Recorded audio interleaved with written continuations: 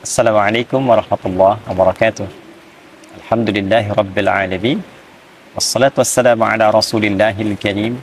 Nabiyyina wa sayyidina Muhammadin al-amin wa ala alihi wa sahbihi ajma'in. Wa ba'd.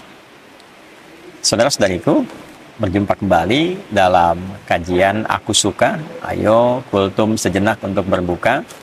Semoga sampai detik ini kita senantiasa dinaungi oleh rahmat Allah Subhanahu wa taala yang menjadikan kita semakin bergembira dan semangat menunaikan ibadah puasa Ramadan, sekaligus mengisi setiap waktunya dengan meningkatkan berbagai macam amal soleh yang mampu kita optimalkan.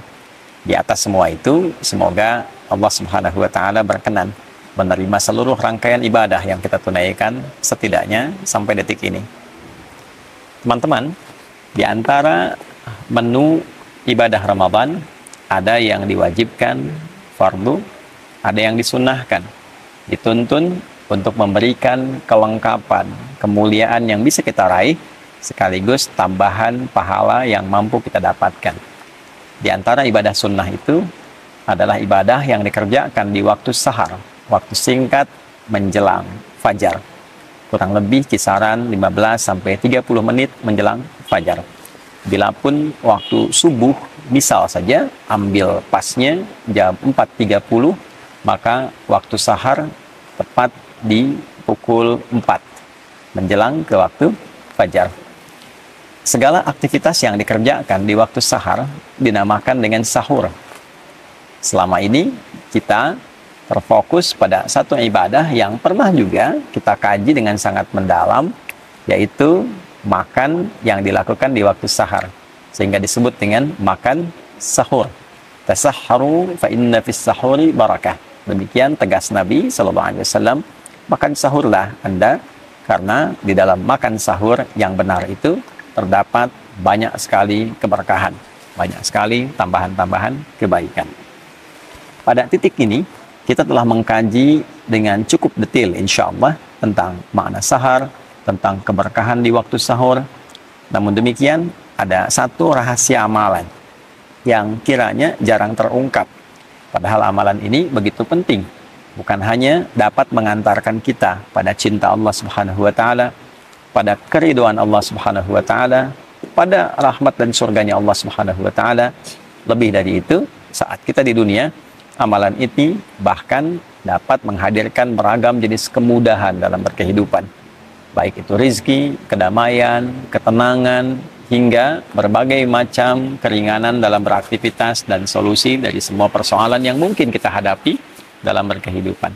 Teman-teman, amalan itu adalah istighfar. Amalan itu adalah istighfar.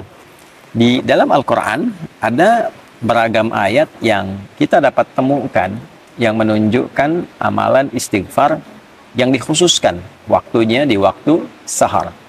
Jamak dari kata sahar adalah ashar. Kata ashar pertama kita temukan di antaranya dalam Al-Quran surah Ali Imran di ayat yang ke-17. Ketika Allah Subhanahu wa taala menyifati kalangan orang takwa. Jadi di ayat 15-nya kita mendapatkan sifat-sifat orang takwa. Qul a'unabbi'ukum bi khairin min dzalikum lilladzina taqaw inda rabbihim. Muhammad SAW viralkan kepada orang-orang yang kehidupannya fokus mencari kemapanan dan kenyamanan dunia. Pengen mendapatkan limpahan dari harta benda, emas, perak, kalau sekarang mungkin uang, aset dan sebagainya. Pengen punya kendaraan yang mewah, pengen punya lahan yang cukup luas, pengen punya hewan ternak, kebun dan sebagainya. Di atas semua itu viralkan ya Muhammad SAW, ada anugerah yang sangat istimewa, yang sangat agung, yang Allah berikan khusus pada orang-orang yang bertakwa. Nah, apa hadiah yang Allah berikan itu? Ya, ada jannah berupa surga yang dihiasi dengan keindahan yang sangat sempurna, pasangan-pasangan yang sangat serasi, dan yang paling tinggi adalah keridhaan Allah Subhanahu wa taala. Kalau Allah sudah ridho, semua akses dibuka, langit dan bumi dibuka. Ya, untuk siapa orang-orang itu?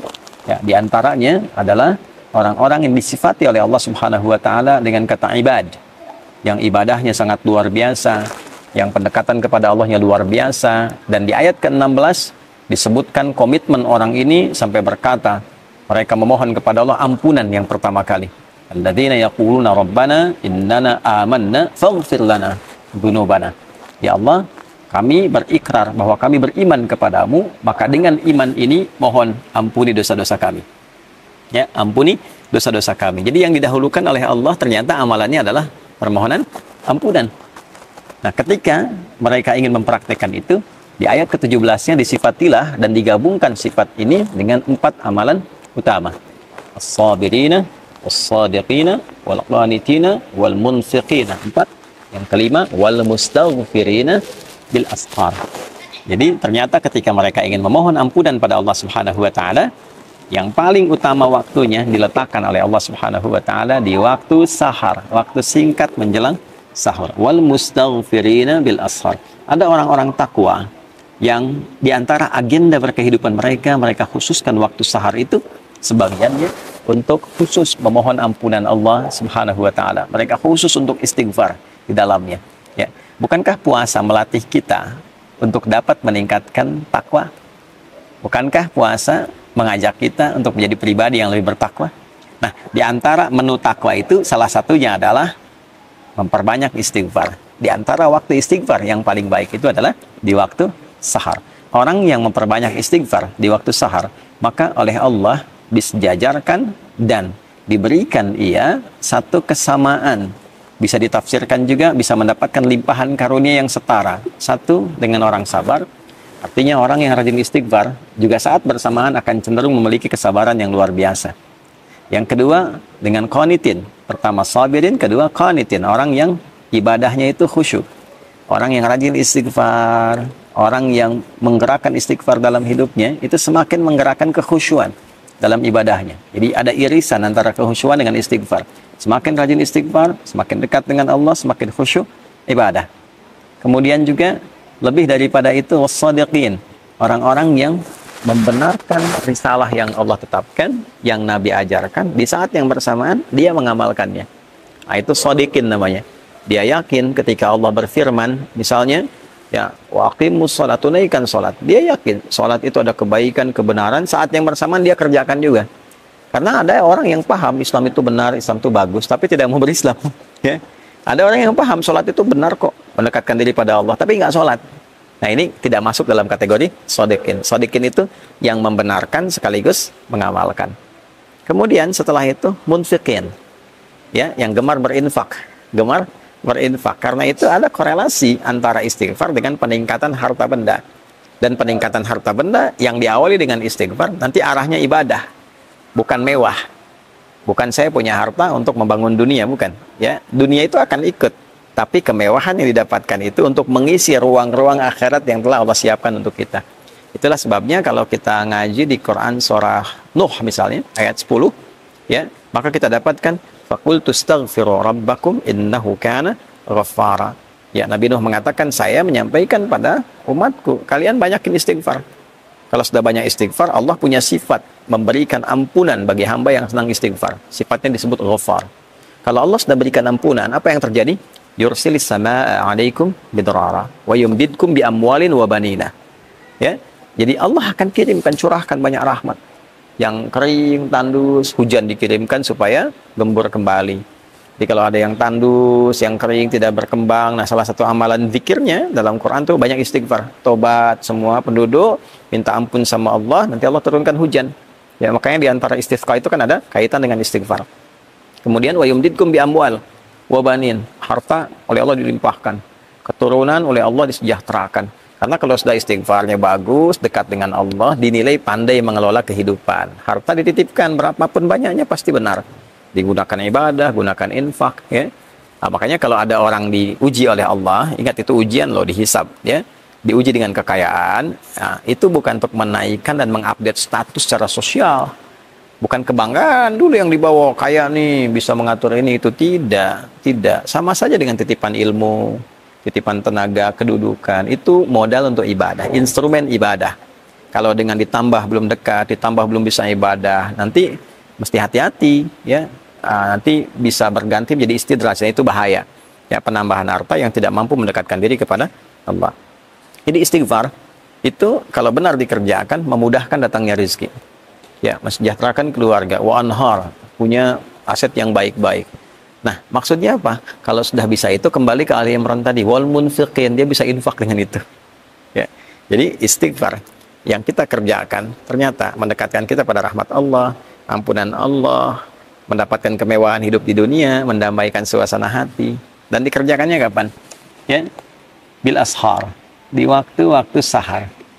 Kalau kita dapatkan itu di Quran surah ke-51 misalnya, ayat 18. Itu kan rangkaian dari 15 ke 18. 15-nya menunjuk amalan orang takwa. Innal muttaqina fi jannati wa 'uyun, akhidhina ma atahum rabbuhum, ya innahum kanu qabla dzalika muhsinin. Kanu qalila minal laili ma yahja'un sampai 17.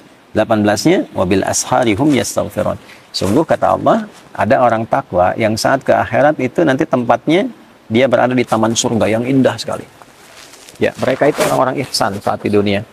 Ihsan itu menjadikan semua kegiatan sebagai ibadah. Di hadis Muslim nomor hadis ke-8, anta'budallaha ka'annaka tarah, fa illam takun tarahu fa innahu yarah. Engkau menjadikan semua kegiatan sebagai ibadah karena Allah. Makannya ibadah, minumnya ibadah, kan? Kemudian juga bekerjanya sebagai ibadah. Jadi hukum Allah dijaga karena ibadah. Ya, kalau kerja nggak korupsi, nggak nyogok, kalau kuliah ujian nggak nyontek, gitu kan? Perbaiki diri dengan baik. Nah, apa cirinya orang ini? Ternyata yang pertama, kanu qalilan minal laili ma yahja'un. Mereka itu satu berlatih dengan banyak tahajud. Ya. Nah, puasa melatih kita malamnya bangun kan? Tarawih itu kan latihan dasar untuk bisa tahajud malamnya. Lalu dari malam itu ke tahajud, selesai tiba sahar, setelah itu kan tiba fajar. Nah, di sahar wabil asharihum yastaghfirun. Mereka mengkhususkan waktu sahar itu ya untuk istighfar, Nah, ternyata puasa la'allakum tattaqun meningkatkan kekuatan takwa kita. Di antara amalan takwa itu adalah sholat malam dan istighfar di waktu sahar. Jadi kesimpulannya teman-teman sekalian, sahur itu ada banyak keberkahan yang bisa diraih. Di antaranya makan sebagai sunnah Nabi SAW.